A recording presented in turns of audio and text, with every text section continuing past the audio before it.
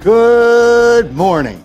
And then you asked for it because you wanted me back on Saturday mornings because that was always appointment radio. Well, now I'm back on Saturday mornings in the new wave of the new world. And they really are the new world. And that would not they, it would be podcasts. So good morning on this Saturday morning. We're live on the social media platforms of Twitter, Instagram, Facebook, and YouTube. And if you're seeing me, you're watching me or listening to me on one of those right now. Our guest today, how do you follow up Charles Barkley from the other night? You follow it up with another Hall of Famer, and that would be head coach Dick Vermeil. We'll get to Dick in a second, but obviously there's some things that we want to talk about, and that's what we do on Saturday mornings. You kind of go through the week. At least we're done all the media stuff with the Super Bowl. It's just over and over. Those poor coaches have to speak every day. And you can ask different questions, but it's the same question asked differently. So we're done all that. It's now the weekend of the game. The game is about 48 hours away, whatever it is. I'm not worried about the hours, but being Saturday and the game is on Sunday, and we'll talk about that. We'll talk about that with Dick Vermeil. I will talk about it. One of the things that I will address, after I'm done with the Hall of Fame coach and former Eagle coach Dick Vermeil, Sixers are an embarrassment, but we'll get to that later. But I also want to welcome in our first partner and sponsor, and that would be ABC Tickets. And the number you see there is 800-355-5555. I'm going to tell you, ABC, if you need a ticket anywhere in the world, these guys can help you. I've known them for, it's probably about 30 years right now. Really good people. And you don't have to worry about all those ticket fees and all the other things with your ticket outlets on the internet. These guys are straight up and will work with you. And I want to thank our first sponsor. And I've talked to some others that want to join and be part of the Howard Eskin Show on this podcast. Yeah, the Eagles, right now it's a pick. It was 1.5 all week. And right now it's become a pick. So the money right now is moving, not that you don't win or lose the game. Kansas City, it fluctuates between Kansas City 1, the Eagles a pick. It's back and forth. So whatever it is, it's a tight game, and it will be a really good game. It's going to be a good game. I'll say this. I think the Eagles are the better team, but Kansas City has some advantages with the coach, the quarterback, and we'll talk about all that. All right. I want to welcome in the Hall of Fame coach, former Eagle coach, goes way back. And I remember when he came to the Eagles from UCLA, what an interesting time that was in the mid-'70s. And I remember when they first made the playoffs, and I guess it was the play. And let's bring Dick Vermeil in. First of all, Dick, I want to welcome you to a podcast. I thank you so much. And I remember that game that you got into the playoffs. That was the game that Herm Edwards picked up the fumble. Like, what the hell is Joe? Who called that play? What the hell is he doing? Fired, whoever did it, okay. He picks it up, runs it in, and we're a playoff. You were going crazy. Everybody was going crazy. Herm became legendary because of that play. Still to this day, obviously he can't forget it. I don't forget it, and I was there. But it was amazing, and that got you into the playoffs the first time. We'll get to the background there. Super Bowls. I want to talk about Super Bowls. Now, you've been in 2 of them, 1980 with the Eagles and 1999 with the St. Louis, at that time, St. Louis Rams. First of all, there's a difference between 80 and 99. It's not like it is today where you had to speak every day. When you got into your first Super Bowl, and Nick Sirianni's now in his second, what is it that was different or difficult to adjust to when you went to a Super Bowl? Well, I think first you've got to get over the adulation, the excitement of accomplishing something. and forget you still have a game, and don't forget you still have a game to play. I think we spent a couple days, at least I did. I was floating. I was so excited about what we had accomplished in beating Dallas there. And our whole staff, we were like Leonard Toast, put on a team party downtown in a major hotel, hired an unbelievable singer, professional singer, and we were all dressed up to the T. It must have cost him a fortune on a Wednesday night because we had a bye. So it was almost as if we'd already won the world championship. No, we only won the NFC championship. But, I think we took a good approach. I called Chuck Noll, who was a friend, and discussed as a head coach preparing for a Super Bowl because he'd been to so many successfully. And he gave me advice, and I took his advice. He says, prepare your game plan completely, the X's and O's before you fly to the site, which we did. And then you practice during the week on a limited basis because we had bad weather all week in New Orleans. We were driving around on a bus looking for an indoor place to work from time to time. But and that helped me. It helped me. We didn't go into the game healthy because our starting flanker back, Charlie Smith, had broken jaw. We suited him up and let him take the first snap of the game so he could say he played in the Super Bowl. Scott Fiske, our number 3 receiver, couldn't play, had a stress fracture. So we had a 4th receiver who was a walk-on, undrafted free agent playing in the game. And, he can play. But we weren't at full strength. I'm not making excuses. It's just explaining. And we spent the week adjusting our offense in a way to try to take advantage of those we had that were healthy, especially true in the passing game. And I made some decisions that really hurt our offense. And when it's all said and done, I wouldn't have done it that way. Excuse me. But anyway, we ended up getting beat. The defense really played well enough for us to win. And we had the 1 touchdown call back. But that day, like I said, you only have to be the best team game day. Okay. And that day, they were the best team. We went in the game favored because we had beaten them in Philadelphia. But we didn't blow them out of the stadium. We beat them by 1 score. But, we played Wilbert Montgomery was the leading receiver, not coming out of the backfield as a wide receiver. Perry Harrington was in the running back position and most of our one back formations, and that hurt our running game a little bit to take the number 1 ball carrier out of there and then move him as wide receiver. And I thought that we could compensate for our losses physically, and it didn't pay off for us, and then we turned the ball over. I was so smart. I called a play I thought was going to be good, got intercepted. Later on, I come back and I call the same thing again, thinking there's no way they could intercept the same twice. Wrong. I made him the player of the game, the linebacker. But it wasn't Jaworski's fault. It was mine. It's when I look back at the game, it was obviously the first Super Bowl for a lot of people, you as a coach, but the players. Jaworski, and I haven't talked to Ron really about it for years and years. I thought he felt the moment of a Super Bowl, not in a good way. I think he was.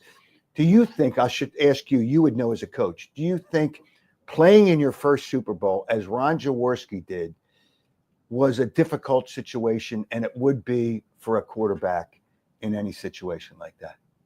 Well, first off, what made it difficult was the Raiders' scheme on defense. Okay. They were a press man coverage team. Okay. And they had all pro, Hall of Fame corner at one side. Okay. And against us, especially now with only 1 starting receiver playing, that was really limiting to our quarterback because he couldn't count on him getting off the line of scrimmage. In those days, they darn near tackled you coming off the line of scrimmage. There weren't the rules that they have today. Mm-hmm. So it really stymied us. And our passing game wasn't sophisticated enough to take advantage of Prepley or their tight ends inside or our back coming out of the backfield. It was, you would call it a limited offense compared to what you see today. And we were all of us were that way, but that really hurt Ron because he goes back anticipating receivers being downfield and they're not there. Now what do you do? Okay. You try to find somebody else to throw the ball, but it wasn't the best for him, and it didn't allow him to be as good as he really was. When you look at, and then the other Super Bowl, so you experienced a Super Bowl, then you got in again with the St. Louis Rams. What does, and we'll correlate it to Nick Sirianni. He was in a Super Bowl 2 years ago. You were in a Super Bowl. Now it was years apart. It was from 80 to 99, but nonetheless, you knew what the experience was. How important is that, or do you think it's an advantage, or how much of an advantage is to already have been in one and then get to the second one? I think it's more of an advantage for Nick this year than it was me at that time, because you already said there was 19 years apart. But even me, though, having been there once and being far more mature psychologically, emotionally, and everything else, it helped me. Plus, when we went the second time, we didn't have a bye. We played Tampa in St. Louis. Our defense played super. They darn near shut us out. If they hadn't blitzed, they would have won the ball game, because we had a side adjustment against the blitz, and Ricky Prohl gets us a touchdown. Okay, or we don't go, they go. We didn't blow them out. It was our defense that won the game. But then we were on the airplane at 3:00 the next day flying to Atlanta. I left my entire coaching staff in St. Louis, so they didn't have to prepare for in a totally different environment. They didn't have to, all the equipment, the computers, all the video stuff, all the support staff. We left them all in St. Louis and flew them in 6:00 Wednesday morning for the first meetings with the team and the practice sessions. I went with the team because we didn't have time. And you know, it paid off. My coaches showed up Wednesday, game plan all in order, just like if we were playing Sunday at home, which gave us an advantage, because once you get in a new hotel you've never been in, half the time, most of the stuff doesn't work in the old days. So the light switch in the meeting room don't work. You plug in your stuff, it doesn't work. It was a pain in the butt. But by doing that, it helped my coaching staff really prepare. And then they got there Wednesday morning. We went to work. The weather wasn't really good in Atlanta. Remember ice storms? No, we went to the game 4 hours ahead of time, 2 hours quicker, longer than we ever did. We're all sitting in the locker down there. I was at that game. Where was that game, Dick? I was at that game, but you forget where it was. Where was it? The other problem, Harold, people don't think about, and the NFL, they had to do it, I guess. But all your family, all the players' families, how do they get tickets to the game? You don't know you're going until Sunday, and you got to be there next week. And then, it was a nightmare for everybody, a total distraction. You know, and that season was interesting too. So you had 2 Super Bowls with 2 quarterbacks the first time in it, and that was even beyond the first time. Kurt Warner became your quarterback when you lost Trent Green at the beginning of the season. And then the unbelievable year he had, and then he wins a Super Bowl in that year. MVP. Did you notice that he felt the tension of with everything that happened to him in his life, the tension of that Super Bowl? And do other players feel that tension? As I look back, so that's 25 years ago. Okay, 25 years ago this year. As I look back on what you're talking about, he was a naturally poised guy. It was all there. His first game he ever started, really, he played 16 snaps or 12 snaps a year before as a third quarterback. Rest of it was all the Arena League. But he had natural poise, gifted thrower, very accurate, and tremendous poise under pressure. And he was one of those guys, when it was in front of him, he could see it all. His decisions were quickly made, and Mike Martz did a beautiful job with him, getting prepared to play. But he never played like a first-year NFL quarterback. He played as if he was experienced, and we coached him that way. We didn't change the offense from the preseason game to the first league game against the Ravens. Okay, it was a good team, and we beat him. And right. It was a gift for us. Believe me, there aren't many. I don't know if there's anybody's ever done it before. His first 6 games played in the NFL are the finest first 6 games by a starting quarterback first year in the history of the league. It's amazing. But so we were very fortunate. We were lucky, fortunate, and we made, a couple good decisions. Plus, when you look back at the last Eagles Super Bowl, Kansas City wins at the end. I mean, the turnover hurt in the first half, and that was turnovers, and I'll ask you about that shortly. But If the team has the ball, a team like that, and then it was Tennessee, right? It was Tennessee that you played, and they had the ball, and I don't know, I remember like and you have to remember like it was yesterday. They're driving down the field. Boy, what is a coach thinking about when, and it had to be in Nick Sirianni's mind, the last Super Bowl he was in, you're thinking about, and they're moving down the field, and the game ends on the 1 yard line. I can't even imagine how much tension there is for a coach. It's unbelievable. Oh, yeah, it is. It is. Plus, you have the worst seat in the house standing on the 50-yard line. And everybody's crowded the sideline because they're all looking to our left to see what's going on. And I didn't know they didn't score until I saw the side judge running in toward the center of the field, crossing his arms. They didn't score. Mike Jones makes the tackle. And they had worn us down in that second half, and they were big, strong, that we couldn't get the quarterback on the ground. He was chasing them all over the field. Did we lose the audio? Oh, sorry. Yeah. So and my defensive linemen, and we were rotating defensive linemen, but they were exhausted. And later on, talking to Fisher, he said, "Coach, if we had scored, I was going for 2." So anyway, in fact, I talked to Mike Jones yesterday. He called me yesterday, who the kid that made the tackle, not a kid anymore. Okay.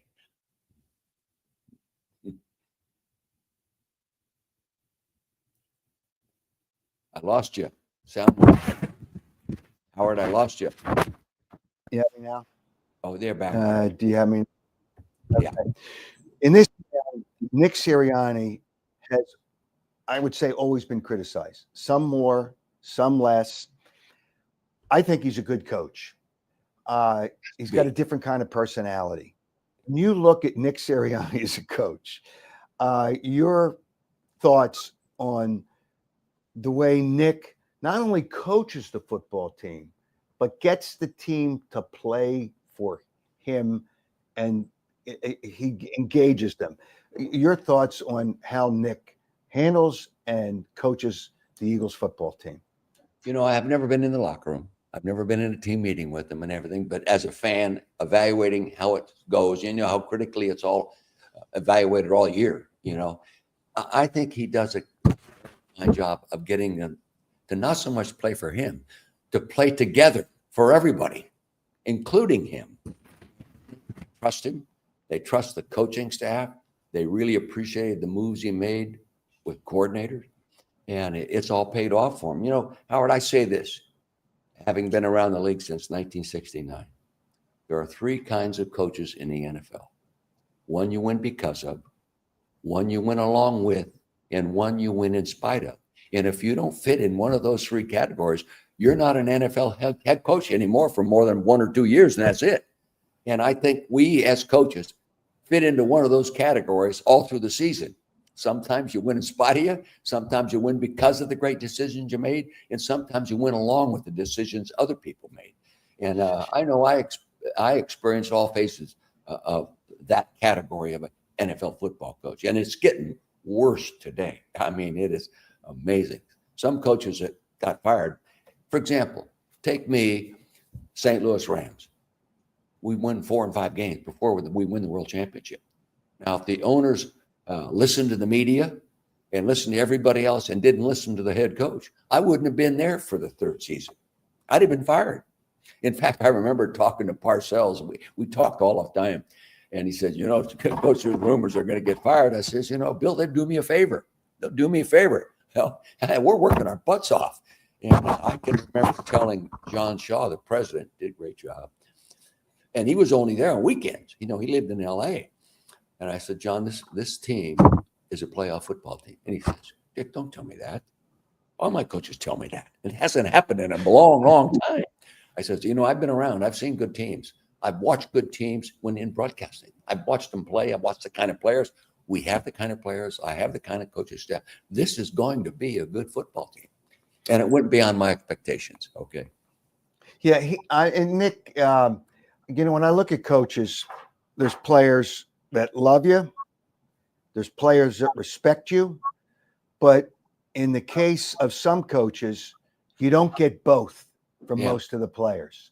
That's true. And Good. I think Nick Sirianni's got both. I don't know if Bill Belichick got both. I know everybody thinks he had Tom Brady. I mean, let's be honest, and then you can't criticize him. I will. But he had Tom Brady. But you know, he's got everybody engaged. I've been told by players, their meetings are engaging. You know, you've seen players fall asleep during meetings. You don't want it, but they don't do that. He does things to kind of engage them. So what, and we kind of touched on it, what makes a successful head coach? Number one, personnel. I'll tell you what, I'm at UCLA. Next door office is John Wooden. And one day I'm sitting there talking with him, and he says, Coach, the best coach teams don't always win. But more often than not, the best material team wins with good coaching. Now, he says there are coaches that can take an average team and win more games than other coaches would with that average team. And he said there's every once in a while somebody that'll take an average team and make him a great team. That's what you want to strive to be. That's what you want to be. And the coach has to have good players. No but question. That doesn't mean you're always going to win just because you have good players. Teams, when a staff is fired and the very next year they start winning, normally the staff was not doing a good enough coaching job as a staff, or there were too many critical injuries and they couldn't be as good as they originally had the ability to be. And but Nick, I think I keep saying to him, just evaluate the win-loss record. He's done a fine job, and he has a very good chance of winning the Super Bowl tomorrow. A very good chance. As you already said, they have overall 22 starters, probably better talent overall. But they have a couple dominating situations going there with that quarterback, with that tight end, get some receivers healthy. Their offensive line doesn't come close to comparing with unbelievable. Yeah. So that there's plus and minuses in it. But overall, their 22 players on the average are more talented overall. And but that doesn't always mean they're going to win. They have a plus in Andy Reid. He's been there many times. He's been running that offense and improving it for 20 years. Okay, you can't put him into a situation that he'll panic it. He's been there, done it before, and he's done it so often successfully. Boy, I'll tell you, having that experience behind you is just so valuable. And that big game board he's looking at, those situations are there. 17 games by a NFL record by one score margin? 17 games. It's unbelievable. It's Yeah. unbelievable. I mean, Well, people like to look at the officials Yeah. and say it's the officials that won and they got some good calls, but I don't think it was one of the best years for the officials, but you still have to go out there and win games, and sometimes it comes down to the end. But here are three factors I look at in this game, and I'm going to ask you how you look at them. The head coach is better for Kansas City. I mean, I think Nick Sirianni's good, but Andy Reid's the best coach in football. Yeah. The quarterback is better for Kansas City, although Jalen Hurts has had a very good year. Mm-hmm. And the Eagles, it's amazing. They were plus 10 in turnovers in the playoffs. So the importance of all three of those factors into winning the game. And I don't think Kansas City doesn't turn the ball over. So the Eagles are going to have to win 11 football year. Yeah. So when you look at those three factors, how do you weigh those three factors when you look at this football game? Well, sometimes the fact that you have been turnover free or giveaway free all of a sudden explodes. Detroit Lions. Okay. All of a sudden, all the good luck they had in not turning over the ball or fumbling it and recovering it themselves, or an interception that someone dropped, all of a sudden it backfired on them. And, you always talk about the numbers in gambling. The guy you used to have on your Saturday show, I love listening to him talk about the different. And he's got so many numbers. It's great. Mark Lawrence, so many numbers. Yeah. But, sometimes it just all of a sudden doesn't go your way. The controversy is created a little bit by the media in regard to the officials. I give the credit to the coaching staff. They've done a great job. You know, Howard, you've watched a lot of football games. How many times have you seen a defensive back running with a wide receiver, grab his jersey? He knows that's not legal. He knows there's a 60% chance it's going to get called. Kansas City has eliminated a lot of those. I think that's coaching, that's structure, that's discipline. And the game could come down to some corner tomorrow evening around 6:30, 7 o'clock, grabbing a player's jersey in the red zone and giving them a first down and goal to go and giving them the win maybe. So being able to coach that stuff out of your game, out of your personality as a football team, the Chiefs have done a great job. The Eagles have done a great job now. I mean, they really have. They've done a real good job. So, but those are the things that sometimes are a positive reflection of coaching rather than the giving the credit to the officials. They're helping the Chiefs or helping, As a head coach, I tell you this, many times I thought the referee was helping the opponent and going for, we're playing Brett Favre, okay, big name, okay, we're playing so-and-so, big name quarterback. Oh, they're giving it, and Jaworski's getting the hell knocked out of him, and no personal fouls called, okay. Many times I felt that way. But, as I look at it now as an old-timer, they miss calls. The game is too fast to call perfectly. But I would think in the coach and quarterback, Kansas City has the advantage. Turnovers, the Eagles do, but they're playing a team now that doesn't turn the ball over. Right. And that has really changed the dynamic of the Eagles, all their playoff games. It's changed the whole dynamic. Give Vic Fangio and his staff credit. They have done an unbelievable job. Really. You talk about turning their defense around. Of course, Howie Roseman with the personnel and the draft and everything helped turn it around. You don't turn it around as much without the players. But Vic, to me, should have been the assistant coach of the year. And Johnson was, and he did a great job. But he did a great job last year. It's not a surprise he did a good job this year. But to go from nothing to something to the number one defense. Chiefs have a very fine defense. But if you compare the Eagles' numbers, I've got them in front of me, compare the two defenses. They don't match up. The Eagles' defense has a greater edge on so many different stats that you evaluate in comparing the quality of a team. And, of course, it isn't all against common opponents. So that changes it, But I believe if we win the football game, the defense will play like they've been playing all along. If they don't, and Andy Reid and Mahomes are good enough to overcome the strengths of our defense, we don't win the ball game. It's amazing. As many games as when you get to this point as a team has played, and Andy Reid, Nick Sirianni's creative, so I'm not going to take it away from him. Andy Reid's going to have one or two plays that they haven't run all year, right? Mm-hmm. Yeah. How do you hold that? How do you go through a whole season and still have plays left? Well, you see, I have sat in with him in the quarterback meetings in Kansas City, so I know what goes on.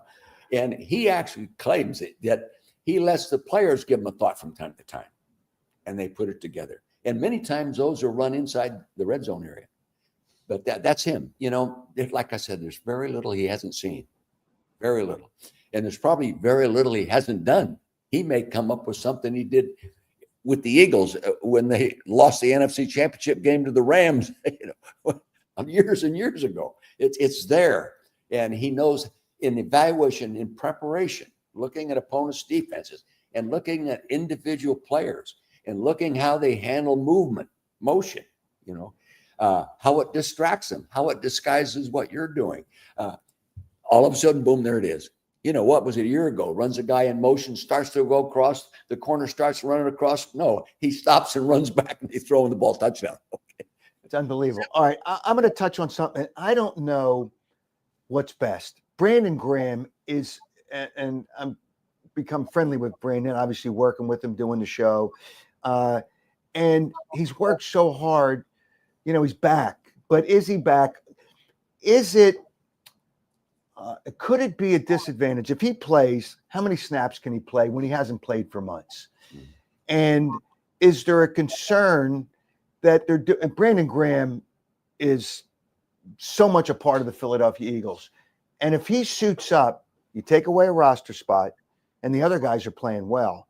And there's probably somebody there you can take away a roster spot. I know there's an offensive lineman that won't be dressed, but that's a different side of the football. Do you have to be careful not to be nice to the player and you did it with your wide receiver, but then you short yourself in today's game. How many snaps can Brandon Graham play? And we all hope for him to be in uniform for the Super Bowl. But is it a good idea, in your opinion? Well, first off, I have great respect for what they're doing, and I don't think they'll put him in the ball game unless he's ready to play. Unless he's really, it would not do him a favor, and it would not do the team a favor. I've been involved in those kind of decisions because I used to get so close to my players. But I kind of believe if he plays, he's playing because he can make a Brandon Graham contribution to winning.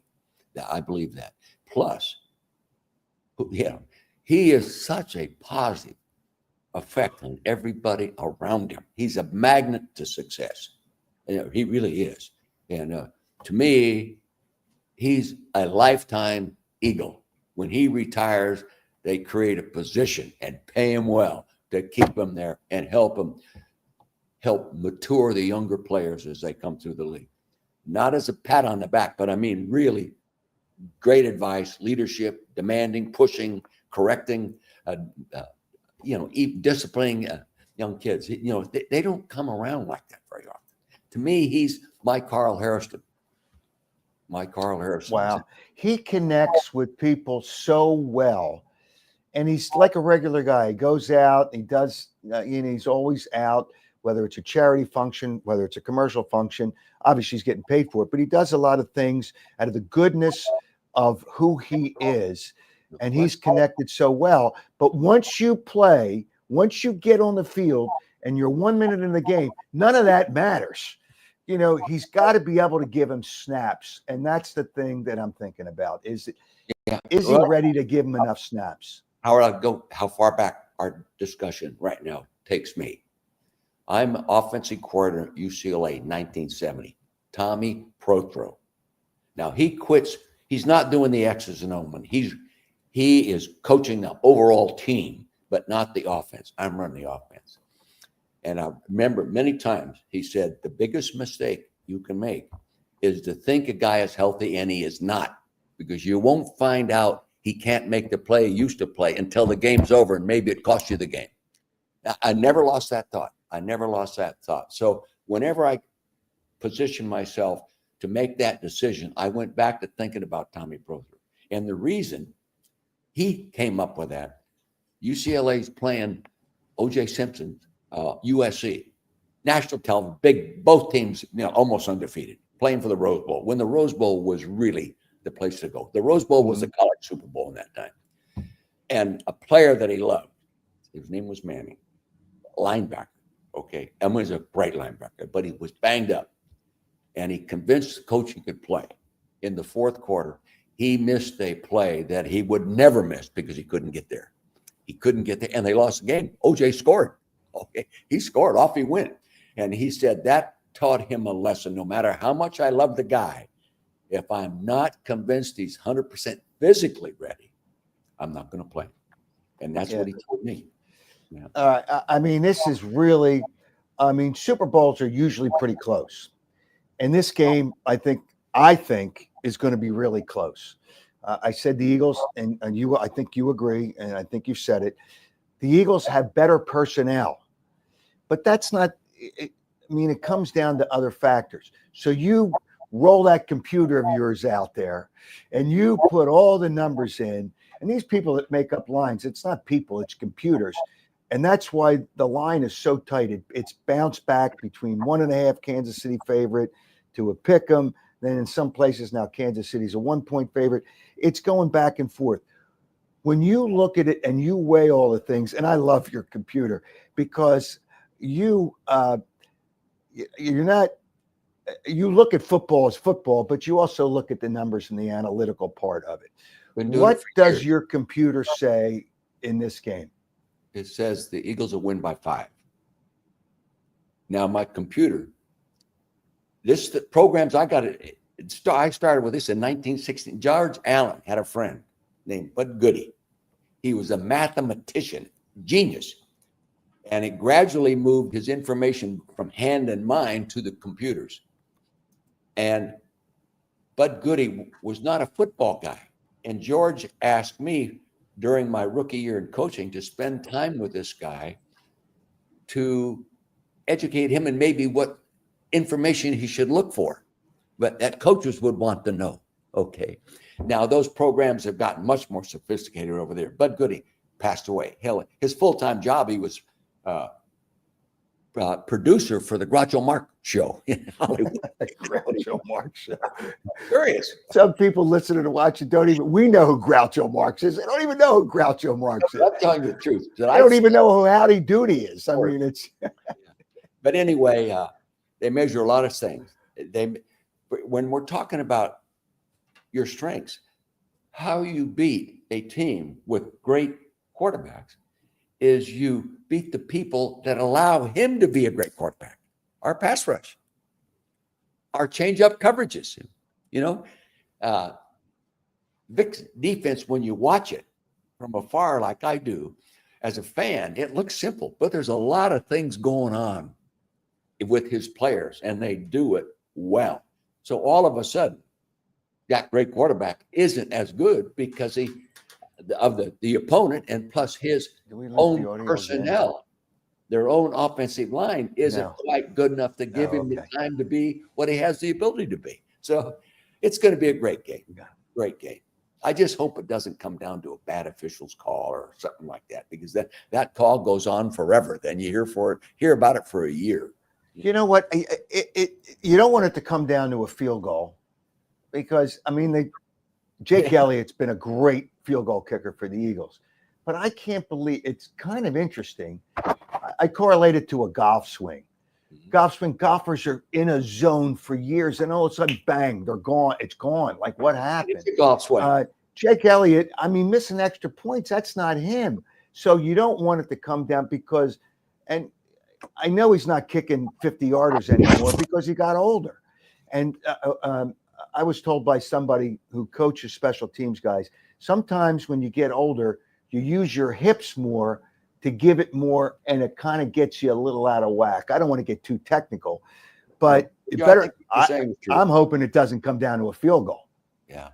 I'll tell you, as a head coach in my career, once I had nothing but problems with kickers. Okay. I can remember a guy coming off the field. I say, listen, you have one frickin' job to do it, So in my frame of mind, even with my coach, it says, we don't put ourselves in a position we put the game in one person's hands. Yeah, I mean, we've all seen it. Okay. There's no excuse for getting them blocked. That happens. That's the other thing. Poor fundamentals within the coaching of the special teams. I was the very first special teams coach ever hired, 1969. And no one coached all that stuff in great deal. And it gave us a great advantage. We lost a championship game on a goal-to-goal play with the Rams because our all-pro Hall of Fame left guard twitched. 5-yard penalty. We don't score. We lost the game. You feel better losing it that way almost than you do if you got a 20-yard field goal and the guy misses it. What happens? Saquon Barkley obviously is a terrific back. I always said that the Giants, when they drafted him number 2, you don't draft a running back in the top 10 because you usually need a quarterback and an offensive line. And great back when he came out of Penn State, but that was a mistake. Now he's played really well. If Kansas City, and they're going to try to take Saquon out of the game a little bit, if they take him out of the game, can Jalen Hurts win? The Eagles are trying to keep him around 21 passes a game, 21 attempts, somewhere in that area. If they take Saquon Barkley out of the game, can Jalen Hurts, in your opinion, win the game, or what will it take for him to win the game for the Eagles? No question. I don't think Jalen Hurts has any limitations. He's going to have some poor games and some good games, but he can win the football game for you. No question in my mind. A lot depends on the game plan, how it's prepared, practiced, and the tempos during practice. A quarterback doesn't get any better throwing the ball in walkthroughs. Okay. He doesn't get him. Oh, I see you. It's complete. No, it doesn't work that way. You ask Peyton Manning. Ask Peyton Manning. Every pass he threw on the practice field was full speed. And if you were the receiver and you weren't running full speed, you knew it from Peyton Manning. Okay, that's it. But I really don't think he has any limitation. He may not be perfect in any one day. We've seen some great quarterbacks lose big games. Hell, but I really think you could put it in his hands with the good game plan and offensive line we have. First off, they're not going to shut down the run. I don't believe you got to gamble too much. You have to gamble too much on defense to shut it down. And if you do, then you've got who has better receivers than we do.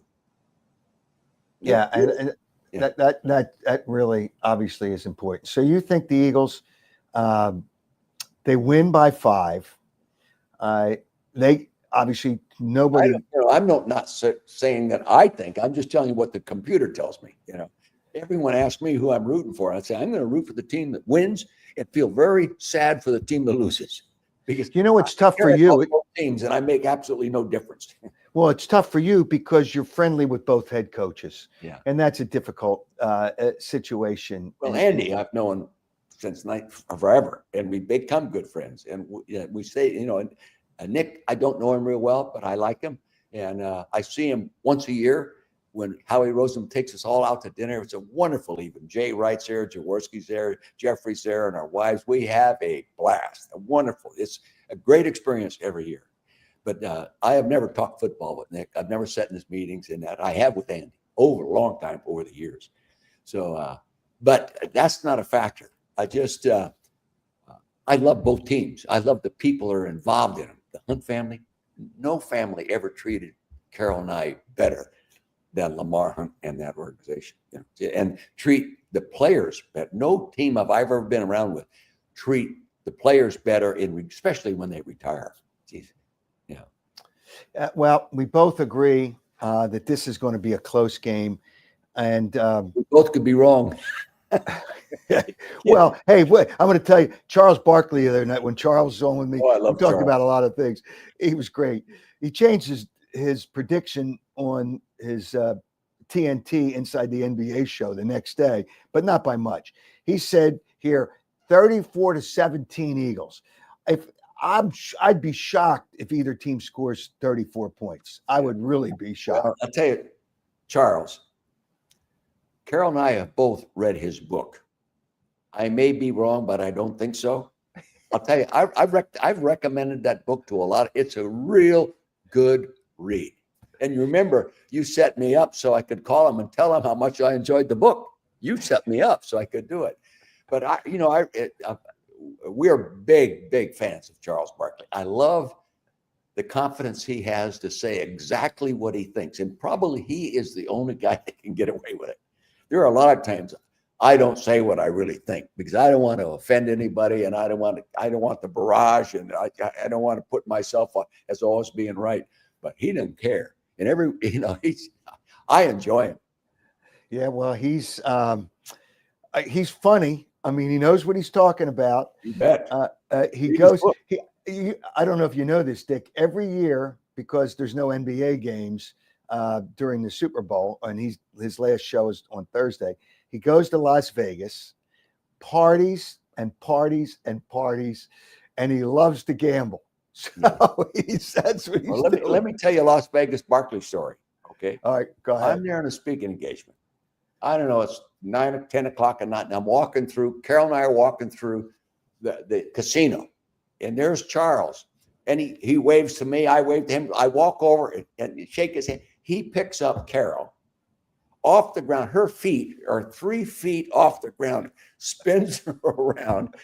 Carol, at our age, has never forgotten that greeting. Hey, Dick, you're not old. You're just older. I mean, we're not old. We're just older. You know what? You never forget good moments and good people. No people question. should understand that. Yeah. And I don't want to get into it because I don't know if you're uncomfortable with it. At the beginning, you weren't a big fan of mine because I had strong opinions. But then somewhere along the way, hopefully you realized I was just doing my job, my opinions, and I was always down there. And that's what Charles said about me. He says, if you were critical, you always go down there and you'll talk to somebody. So over the years, and I don't think it's out of line to say, we've become good friends. Yeah. And No it, yeah. and it's just, we've been out together. I've been over to your house. I just, but you gotta be, as Allen Iverson once said, keep it real for real. Yeah. And I think you understood that I was doing my job. I've had players that were mad at me at one time, and then all of a sudden they realized, maybe he was just doing his job. But I'm always willing to talk to people. But our beginning, and Dick, I remember you being, I'll just say, critical of me my first day in television. You remember it too, don't Oh, you? you bet. September 20th, 1982. It's my first day until Channel 3 hires me out of the radio. I never worked TV in my life. It's my first. And the Maxwell Club was a luncheon at that time. Yeah. And you flat out buried me. I remember that well, because driving to the event, you really got after the 76ers great basketball coach and former player. Okay, you know who we're talking about. You really ripped it. And I was so upset with what you said about him because I had so much respect for him. I did give you a blast. I'm telling you. And you know what? I kind of understood it. And then we had to work together because we did the pregame show for the Brookshire preseason and games. Yeah. And then I know you were a little hesitant, and your agent at the time, a fellow by the name of Bob Goldie, kind of smoothed it out a little bit. And then you realized I'm just a guy with a lot of opinions, and I try to, a lot of information. I used to wonder, where the hell does he get all that information? Because I know it's true. Who's giving it to him? Well, that's part of the deal. That's part of the deal. But you know what? I'm so glad. And I'll never forget one other thing. I'll never forget Herm Edwards comes out of a meeting and he says, Coach was ripping you in our meeting, and he told us you talk out of your ass and don't listen to him. He said, what do you do to Coach? Herm said that to me. And I said, hey, listen, I have some opinions. But Herm came out of a meeting when you said to the players, don't listen to me. When we look back on it, it's all part of the history of two guys that have been in Philadelphia. It's not your life, but once you got here from UCLA, it really became Philadelphia. My family's life. I got 11 grandchildren. Most of them were born here. Okay. By the way, I really do have to give you a shout out. Your wine is sensational. Thank you.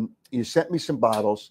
I had dinner with the president of Goldie Beacom College in Wilmington, where I'm a doctor now, by the way, Dick. I got a doctorate. And I was the commencement speaker, and we had your wine at our dinner, and it was sensational. Vermeil wines, and it's just, I guess you can get it online, and nowadays you can get it online. Yeah, right? It's expensive. They're a little company, friends of mine with real money turned my hobby into making wine into a business. And of course, it's a Vermeil. I'm deeply involved. I take pride in what I put my name on. And I help put the people in place because I was born and raised in California. So, what I do, I go after the Peyton Manning of winemaking. I go after the Bill Belichick of winemaking and get Thomas Brown. He's the leading guy, and to be our counselor, be my counselor, teach me what we have to do and do right, and supervise everything for me. And he's still with us. And so we make very good wine. Our tasting room, 2 years in a row, it won the number one tasting room in Napa. And this year it won the number one tasting room in Napa County. Well, how about that? So we're doing it right. We don't make any money. All our money goes back into making better wine because, we sell probably 1,800, 2,000 cases of wine a year. Last year we made 1,600 cases. This year it'll be more because the crop is bigger. We don't own the vineyard. You're from that area. You're from what, Calistoga? Yeah, I was born and raised there. Yeah. So, I mean, you know the wine. I've been to Napa once, and I see what goes on out there. But it's really interesting. You say you don't make any money. We were lucky enough to be able to put our kids through school. Yeah. And that's, I busted my ass, and you busted yours to make sure, and they had a good life, and they got a good education. And that's what it's all about. And at this point in our lives, we just want to have fun. I mean, Yeah. that's what I'm Well, doing. now we're enjoying 4 great grandchildren. We'll have a great granddaughter, 4 years old, with us here on Tuesday for 4 days. So okay. Oh, wow. That's great. Excited. It's just, it's not about, we've earned a good living to do what a lot of parents hope to do, and that's make sure their kids are prepared for life. I mean, the cost of education is ridiculous, but it's tough now. But we've done that, and now we want to have fun. When I'm sitting here doing this, I have fun talking to you. I mean, this is not we're doing a podcast on the Howard Eskin show, but it's not, to me, it's not an interview. It's a conversation because we know each other well enough. We're just bullshitting with each other, and that's a pretty good thing. And Dick, I really appreciate it. Success in all you do. Hall of Fame coach. You were there. Yes. I got some great pictures of you at the I know. party. I The know. party was unbelievable, huh? That was the first time I ever went to the Pro Football Hall of Fame. Really? And I was so happy that you invited me. And, and I would have probably gone anyway. And I drove out there with a friend. And it was great. It was great because I could see you're so happy when that happens. And it's really a stamp on what you've done in not just your career, in your life. Well, And thank you. What the great thing for me is to see how much fun. It was a reunion for 3 football teams. Yeah, wow. Really? And that's really great. And that you was know so what? much fun. But anyway, appreciate that was the last. Go Eagles, go Chiefs. Okay. Okay. You pick them by a little bit. A little bit. Okay. Hey, Dick, thank you very much. Yeah. Thanks. Hey, good luck on your new venture here. Okay. Yeah, it's fun. That's what I'm doing. It's fun. And the guys that put this together for me, the production people, creative outfit. Well, you better be right, because from time to time I'll be watching on your Saturday morning, because on your Saturday morning show I used to text in. You were always there. Hey, you're wrong there. You're wrong. Okay. Well, you can tell me if I'm wrong. You're not going to yell at me like you did that one time, but that's all right. Hey, Dick, thank you very much. All right. Take care. Good luck. All right. You too. Thanks. Dick Vermeil, a Hall of Fame coach. It's fun to talk. I've experienced and met so many good people. Obviously they're people mostly in sports, but people. And it's fun to kind of talk to them and share experiences. By the way, he really did bury me.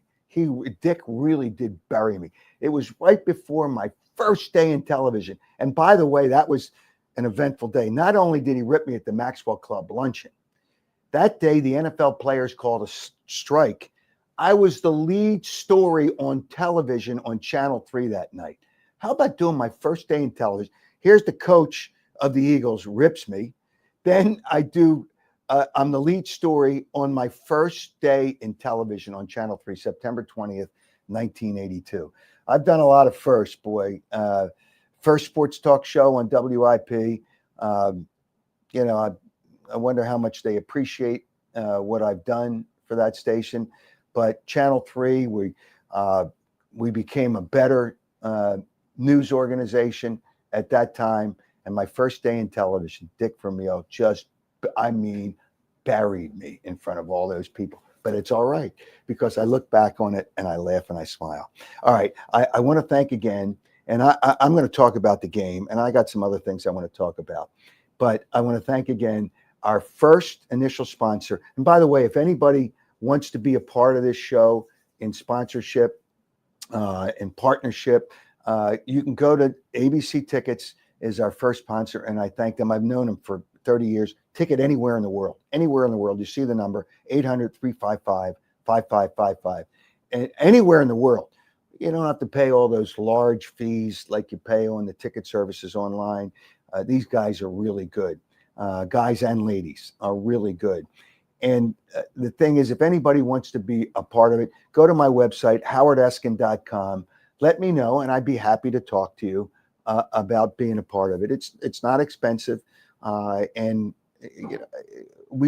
want people to be engaged in this program. And my thanks to ABC Tickets. All right, I'm going to take a minuscule break, just a minuscule break, because I'm going to give you my pick on the game, and I got something else that I have to touch on. And by the way, I've seen all these comments, and if there's any other comments that I will address them. Make Saturday great again. I saw somebody said MSGA, make Saturday great again. Well, I'm back on Saturday mornings at 8 o'clock. All right, we're going to take a little tiny break, and I have some other things to say. I'm going to give you my pick on the Super Bowl coming up. We'll be right back.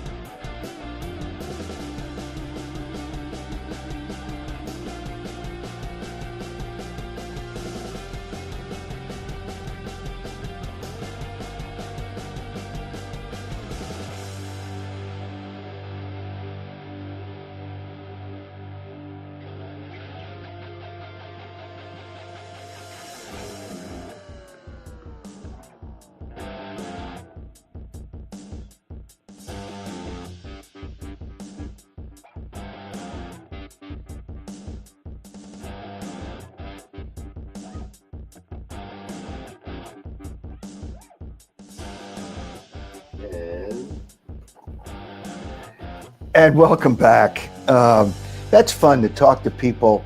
You talk serious stuff, then you talk about interesting, funny moments. And everybody's got a story about Charles Barkley. Everybody's got a story. All right, I'm going to give you my pick on the game. But before I do that, and this is what I would normally do when I did my show on Saturday mornings. We touch on everything. And I know the Super Bowl is really important, and I'll get to that in a second. However, I've got to talk about this. I've got to talk about the Sixers. I've got to talk about them because it's an embarrassment and it's a disgrace. Do they even try some of the times? Do they even try? I think Detroit, matter of fact, I know Detroit's a better team this year. Paul George, there's so many bad signings by the Sixers. I mean, signing Embiid to a 4-year extension, which starts after this year, which is at 62, an average of $62.5 million a year, is a joke. And it buries this team. Paul George, are you kidding me? You give Paul George a max contract. Last night he scores 14 points, no assists, and has 1 rebound. I mean, I could get 1 rebound. And I don't even play in the NBA. He's got what he had last night. He had 1 more rebound than I would have had playing in a game. I mean, that's a joke. Embiid graced everybody by playing. Wonderful, Joel. 23 points, and he's going to score those. 7 for 18 for a guy 7 feet. I don't know that 7 for 18 is really good. Again, he loves to take threes. Didn't go crazy with the threes, but 1 for 4. 4, he shouldn't even be taking 4 3-point shots. I mean, it's just it's really kind of a joke. The other numbers, we know Maxi's the best guy on the team, and I've said that for a while. But they came out in that game last night. Joel Embiid plays, Paul George plays, but in the first quarter, they allow the other team 42 points. 42 points in the first quarter. 36 in the second quarter. So by my math, that's 70. By my math, and I think my math is right in this case, 78 points Detroit scores in the first half. 78 points. That is beyond a total embarrassment. It's beyond a total. The Sixers are getting buried. So they're behind by 15 after the first quarter. They're outscored by another 14 in the second quarter. They didn't even show up. In today's NBA, I talked about it with Charles the other night. Today's NBA, you may not be good enough, and this team's not good enough. Daryl Morey's done just a pathetic job. And then he signs guys, and then he just dumps them. It's terrible. Somebody wrote on social media about Daryl Morey. Oh, he's improved his team since he got here. Traded Al Horford, had to give up a first-round pick. Al Horford did some good things for the Boston Celtics. Traded a first-round pick for George Hill, who lasted here 3 months. Sucked. And they say, well, he drafted Maxey. Well, he didn't draft Maxey because that was Elton Brand, because Daryl Morey had only been here about a week, and he said Elton Brand really made that decision. And then, he drafted McCain. Let's just relax on McCain. I don't think McCain and Maxey fit on the floor together at the same time. But that, I just can't let it go. That Friday night embarrassment by the Sixers against Detroit is disgraceful. It's disgraceful. This team, show up. And hey, don't take your paycheck. If you're not going to show up, don't take your paycheck. The Sixers, are they trying to tank again? Are we into tank 2? The process, to use that word, it's a process of failure is what it is. So they don't want to give up their first round pick. And if it's top 6, they don't give it up. But if it's beyond that, they give it up to Oklahoma City. Another great trade by Daryl Morey. So, all right. I got the Sixers off my chest. I had to get it off my chest. The Eagles, right now, and it's flipping back and forth. It was 1.5 most of the week. It went to a pick. Now, in some places, Kansas City is a 1-point favorite. The over-under is 48.5. I like the under. I just don't think teams. I think it's 2 good defensive teams. Clearly, the Eagles have a better team personnel-wise. The coach is better for Kansas City. The quarterback's better. And I don't think the Eagles are going to get, I would be surprised if they get the number of turnovers in this game, and that's helped them win the game. And plus 10 in the playoffs, it's mind-boggling. They were that good. So it's those things don't lean in the Eagles' favor. However, they are a better team. I think the Eagles are going to win by that much. That much. It's just, yeah, they really are a better team. They are a better team personnel-wise. So we'll see. All right. I appreciate everybody that joined us here for the Howard Eskin Show, the Howard Eskin podcast.